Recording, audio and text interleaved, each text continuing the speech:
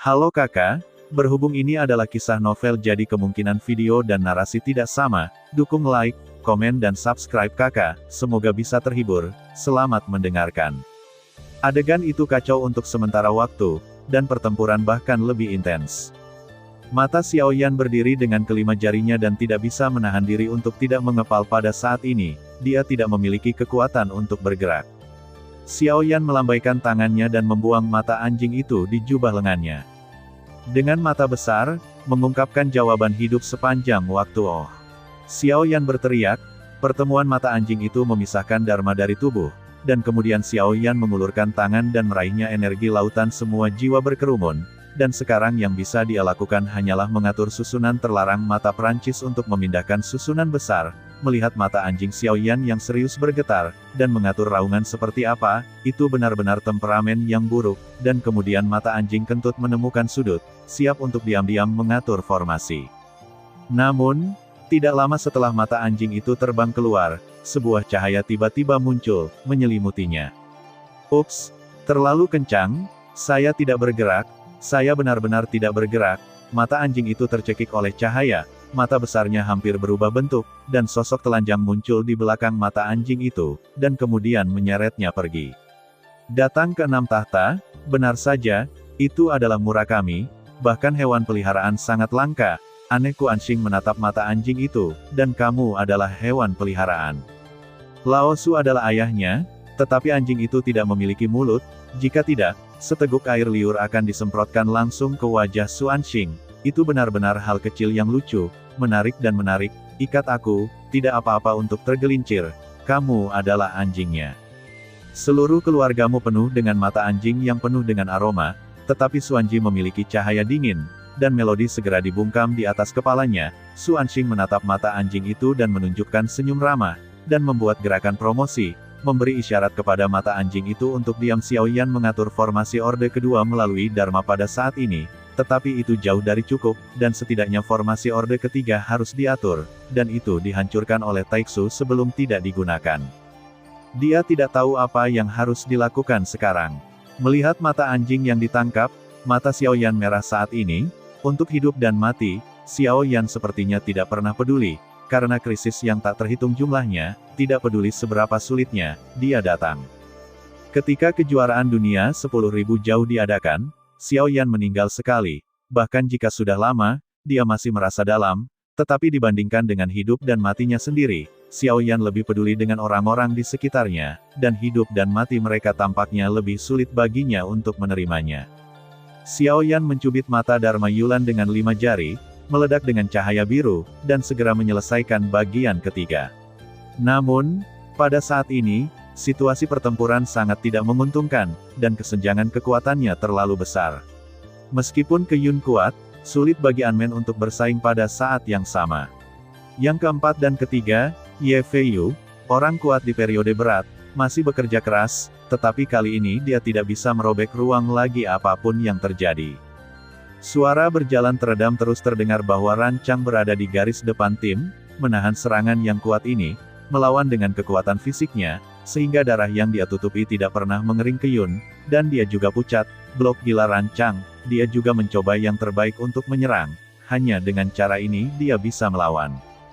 Meskipun mereka jatuh ke dalam kerugian, semua orang mencoba yang terbaik untuk melawan dengan keras kepala, dan mereka tidak bisa dikalahkan untuk sementara waktu.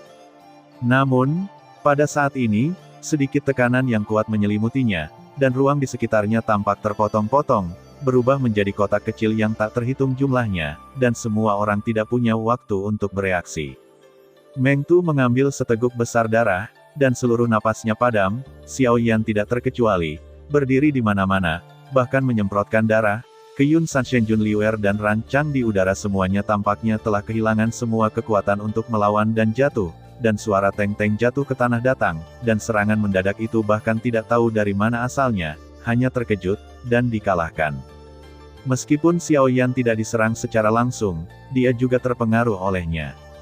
Saat ini, dia juga mencoba membuat formasi tingkat ketiga keluar dari pikirannya, tetapi bagaimana mungkin dia tidak tahu bahwa semua yang dia lakukan sekarang tidak berpengaruh.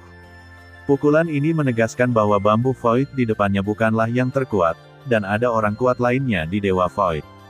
Kali ini dapat dikatakan bahwa sudah direncanakan untuk keluar dari sarang, yaitu, karena kembalinya Xiaoyan terlalu kosong, dan dia mengetahuinya, dan identitasnya bahkan lebih dikenal.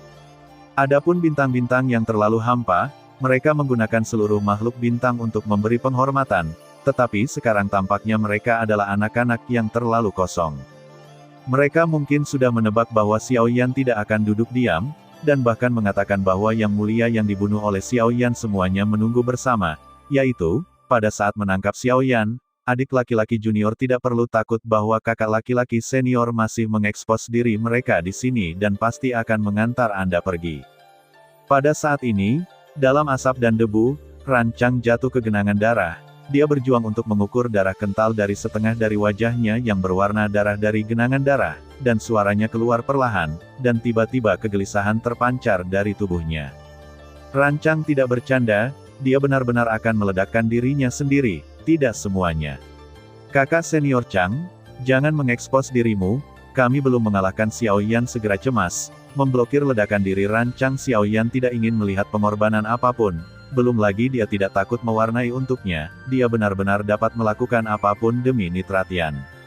Tetapi tepat ketika Rancang ingin menggunakan kekuatan kekerasan diri untuk memperluas blokade ruang di sini, sebuah tangan tiba-tiba menangkapnya. Tangan ini tidak lain adalah Qiyun. Yang terakhir memandang Rancang dan menggelengkan kepalanya perlahan, Zhenwu Xiaoyan sudah memanggil nama Zhenwu di dalam hatinya. Ini adalah situasi sensi saat ini. Saya khawatir hanya seni bela diri nyata yang dapat menyelamatkan mereka.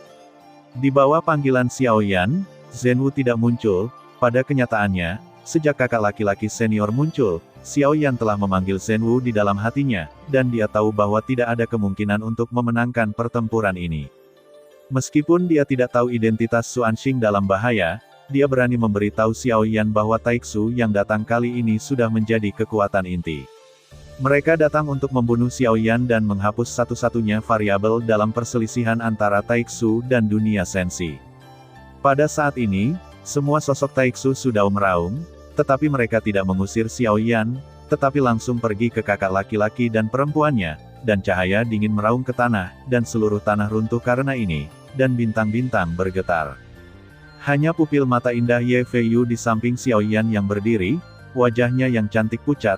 Aku tidak bisa membuka singa itu, tidak berguna Feiyun. Ye Feiyu menumpahkan darah dan air mata dalam dua baris. Dia benar-benar mencoba yang terbaik, dan semua metode gagal merobek blokade luar angkasa. Xiaoyan gemetar tanpa sadar, perasaan ini hanya muncul ketika tim yang tak kenal takut semuanya terbunuh, dan 10 arah muncul. Dia takut bukan pada kematian, tetapi melihat kematian, apa yang dia pedulikan dan peduli dengan kegilaannya yang putus asa, memikirkan kematian tragis terakhir, mengapa saya masih begitu lemah, mengapa saya bahkan tidak bisa melindungi orang-orang di sekitar saya, apakah saya benar-benar reinkarnasi yang mulia? Aku bukan apa-apa, mengapa kamu melindungiku seperti itu?